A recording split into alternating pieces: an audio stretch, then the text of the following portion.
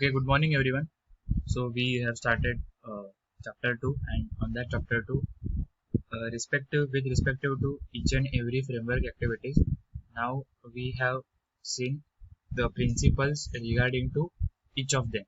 Like we already done with the communication practices principle, and उसके बाद था planning practices principle. In the last lecture, we covered the planning practices principle. Okay, now after that, our third framework activity is modeling, communication, planning, and modeling. Modeling is nothing about we design model for our software before, जैसे कि एक civil engineer before going to the actual construction, he design one module, one sample module using paper and जो कुछ भी रहेगा उसका मतलब अभी तो AutoCAD आ गया है.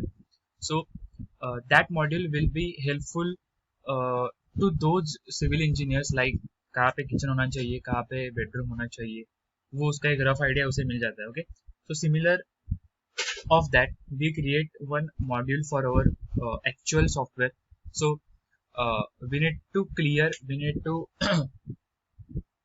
understand the scope of the, not the scope, the concept of the alignment of our software module. जैसे कि login page कब होना चाहिए, logout page कब होना चाहिए, home page कहाँ पे रहना चाहिए. Okay, all this part, the connection between all the modules and web pages and the software, क्या बोल सकते हैं हम लोग, जो सॉफ्टवेयर के इंडिविजुअल मॉड्यूल्स है वो. ओके, क्योंकि the software is nothing about the collection of this entire module. Home page है, लॉगिन पेज है, सर्विसेज वाला पेज है, उसके बाद चैटिंग बॉक्स है. Okay, so all these things can be arranged in our software module with respect to particular manner, and that manner is same as it is we are going to apply on our sample model. Okay, जो हमें helpful रहने वाला है actual software project बनाने में. Okay, so let's start with the modelling principle. Okay, so as we discussed earlier, the models are useful for better understanding of actual entity to be built or designed. Okay, and the models are represented at different levels of abstraction. First, depict software from customer's view point of view, जैसे कि customer को कैसे चाहिए उसके point of view से हम लोग पहले उसे पिक्चराइज करने वाले. Depict is nothing about to picturise something, and later represent software at more technical level. And after that, now as a developer with respect to, मतलब वो साइड बाय साइड रखते हुए कस्टमर का point of view, now we actually implement the technical concept in our software product. Okay, so these models can be these modeling classes can be created by using two classes. First is analysis model and second is design model. मतलब model भी हम लोग दो type के बनाने वाले. First is analysis model और second है मेरा डिजाइन मॉडल. सो एनालिसिस मतलब क्या, मैं बेसिकली एनालिसिस कर रहा हूँ. Analysis is nothing about our summary of the entire project, मतलब कौन कौन से मॉडल्स यूज होने वाले हैं, उसके लिए कितने लोग रिक्वायर्ड है काम करने के लिए, वो लोगों को कौन सी टेक्नोलॉजी आनी चाहिए. If I am preferring the JavaScript instead of any other like Python, so वो कैसे टाइम कंज्यूमिंग नहीं रहेगा task. This all kind of stuff are included in this analysis model. So it represents the customer requirement which includes algorithmic specifications of program or process. Okay, analysis model includes three different domains: information domain, function domain, and behavior domain. So this is my analysis model. Source है, delivery mechanism, exploit. अभी ये analysis model क्या है ये इतना detail में जाने की जरूरत नहीं है. We are simply focusing on the principles of this analysis model. So analysis model basically क्या करता है, ये इधर हम लोग ने देख लिया कि वो तीन डोमेन में डिस्ट्रीब्यूट हुआ है. फर्स्ट है information domain. Information is nothing about the data and the meaningful data. And after that functional domain. Functional is nothing about, जैसे कि मैं एक मैसेजिंग एप्लीकेशन बना रहा हूँ. सो मैसेजिंग एप्लीकेशन क्या कर रहा है, we can send the message, we can receive the message, उसके बाद ब्लू टिक, डबल टिक जो व्हाट्सएप में नॉर्मली रहता है. We can set the profile picture, we are able to see the stories. So that जो अभी मैंने mention किया that is my functions. So according to functions my software is working और not, वो सब चीजें मैं फंक्शनल डोमेन में देखा है. And the behavioural domain, behavioural मतलब जैसे बोला है सॉफ्टवेयर के रिक्वायरमेंट्स में वैसे वो बिहेवियर होना चाहिए. That's it. Okay, so now let us start with the principles of analysis model. So my first principle is the information domain of a problem must be clearly represented. As we discussed earlier, the important domain in the analysis model is information domain. So वो एकदम clearly represent होना चाहिए कि कौन सी information required है. जैसे कि suppose मैं एक आधार कार्ड के लिए एप्लीकेशन बना रहा हूँ, ठीक है, सॉफ्टवेयर, फिर वो मोबाइल एप्लीकेशन रहेगा या फिर वेबसाइट रहेगा या फिर एक कंप्यूटर सॉफ्टवेयर रहेगा, what ever it is. So Aadhaar card के लिए मुझे क्या चाहिए, ऑब्वियसली वो उसका स्कोप रहेगा, उसका टारगेट, जो टारगेटेड पीपल है वो इंडियन सिटीजन होना चाहिए. मतलब इंडियन सिटीजन जो कुछ भी है फ्रॉम आई गेस 12 ईयर से मिल रहा है आधार कार्ड. सो 12 ईयर टू फिर जब तक वो जिंदा है तब तक उसके पास, अगर वो अलाइव है सो उसके पास आधार कार्ड चाहिए, ठीक है. सो उसके लिए फिर नेसेसरी जो रिक्वायरमेंट है, जैसे कि उसका नाम, उसका birth date, address and all kind of stuff, so वो उस पर मुझे फोकस करना पड़ेगा, ठीक है. जो उसकी प्राइवेट इंफॉर्मेशन है वो मैं एक्यूरेटली ले रहा हूँ कि नहीं. As well as the current Aadhaar card system has one drawback that if the person is dead then they can issue the Aadhaar card to that individual person. So वहाँ पे हम लोग कुछ restriction लगा सकते हैं कि वो actual में वही इंसान है कि नहीं. Then we can collect the fingerprint data. Okay, I guess palm भी लेते हैं वो लोग and retina scan. So वो जो अपडेशन है या फिर वो जो डेटा है वो मुझे कलेक्टिवली या फिर क्लियरली मेंशन करना पड़ेगा, because that is my vulnerable information or we can say confidential information. If the hacker या फिर कोई भी एक illegal बंदा उसे access कर लेता है then that must be problem, that create dilemma और वो harmful है मेरे सिस्टम को, ठीक है. सो वो इंफॉर्मेशन क्लियर होनी चाहिए, वो मेरा पॉइंट है at the time of analysis model. Second है the function of software must be defined clearly. अभी फंक्शन भी क्लियरली डिफाइंड होना चाहिए. फंक्शन मतलब जैसे कि अभी एम इंडिकेटर का हम लोग एग्जांपल लेते हैं, ठीक है. सो एम इंडिकेटर के फंक्शंस क्या है, we can see the time table, we can see the time table of local express, then bus, उसके बाद फेरी है, ठीक है.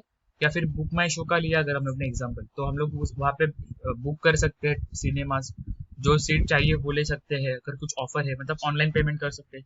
So that function can B must be defined clearly कि मुझे ऐसे ऐसे चाहिए, ये ऐसे क्लियरली डिफाइन होना चाहिए. Then and only then we can create the appropriate software as per our analysis model. Got it? Okay. Then the next is behavior of a system must be defined clearly. Behavior मतलब जैसे वो react होने वाला है, जैसे कि alarm है, alarm का एप्लीकेशन है, ठीक है. सो उसका बिहेवियर क्या है, if I am setting the alarm as at 10:31 am in from 10:31 am to 12th May 2021. सो वो टाइम होने पे वो अलार्म का नोटिफिकेशन आना चाहिए. अगर मैंने वो रिंगटोन सेट की है कि इंडिविजुअल को बजनी चाहिए, मतलब क्या, अकॉर्डिंग टू बिहेवियर मेरा सॉफ्टवेयर वर्क होना चाहिए. That is all about my analysis model. Clear? Okay. Then the next is fourth analysis modelling principle is the clear hierarchy among information function and behaviour must be shown. अभी ये जो मैंने 3 domain पे focus किया, like information, functional and behaviour.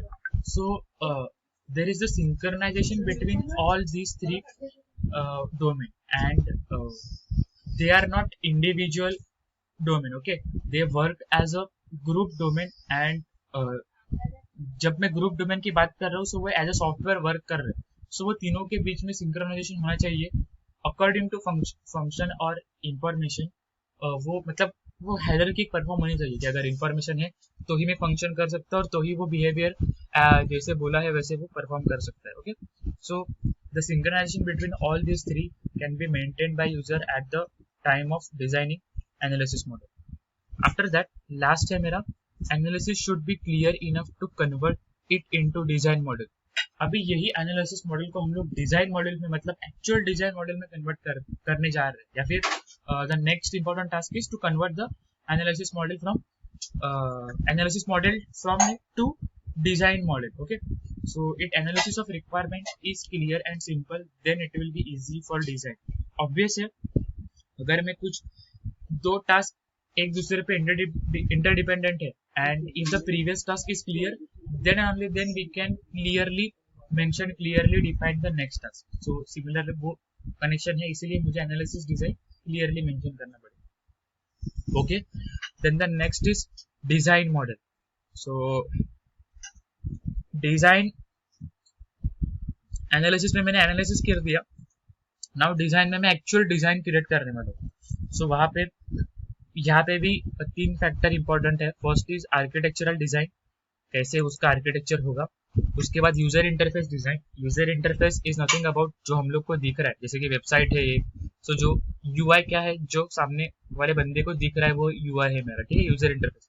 And last is component level details. Okay, so these are the important modules, these are the important levels, factors which are helpful to design model. So देखते हैं इसके principle. So our first principle is design should be traceable from analysis model, because I am creating this design model from analysis model. So एक point अगर मैं यहाँ पे बोल रहा हूँ तो वो point obviously analysis model पे होना चाहिए और वो दोनों का tracking होना चाहिए. That is all about my traceability from analysis model to design model. Clear? Okay, then the next is consider a architecture of system to be built. Whenever I'm saying architectural design, it shows following architectural design styles as follows. First है data concentrate architecture, उसके बाद है data flow architecture and main और sub program architecture.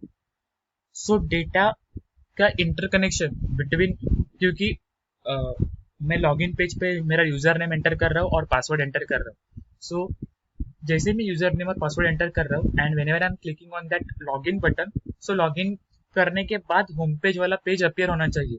That is all about my data concentrate या फिर data flow या फिर data connection between them. सो वो चीज परफॉर्म होनी चाहिए, because architecture is all about the flow, या फिर हम लोग बोल सकते हैं कि skeleton of that individual software program. Okay, so according to architecture the system can perform as per the requirements, as per the things whichever I mentioned.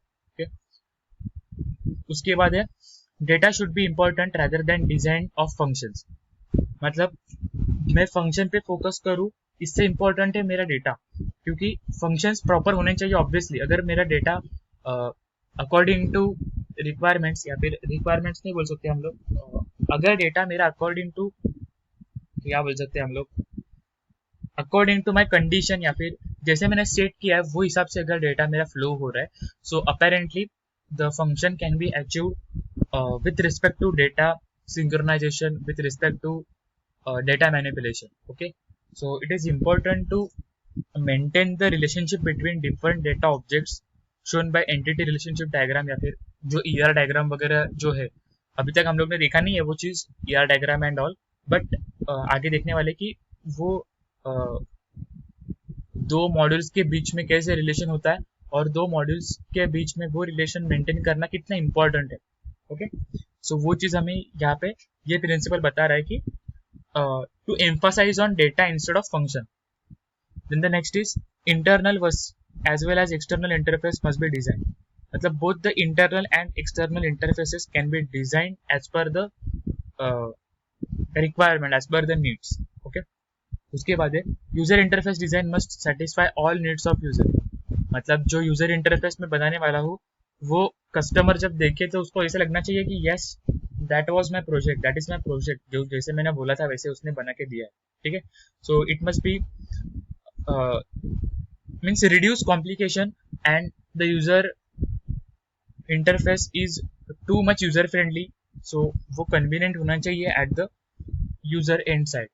ठीक है, ये जो बाकी के प्रिंसिपल है वो अब नेक्स्ट लेक्चर में देखते हैं हम लोग. तब तक जो कुछ भी मैंने अब तक हम लोग ने पढ़े है वो एक बार राइट डाउन कर लो, नोट डाउन कर लो एंड try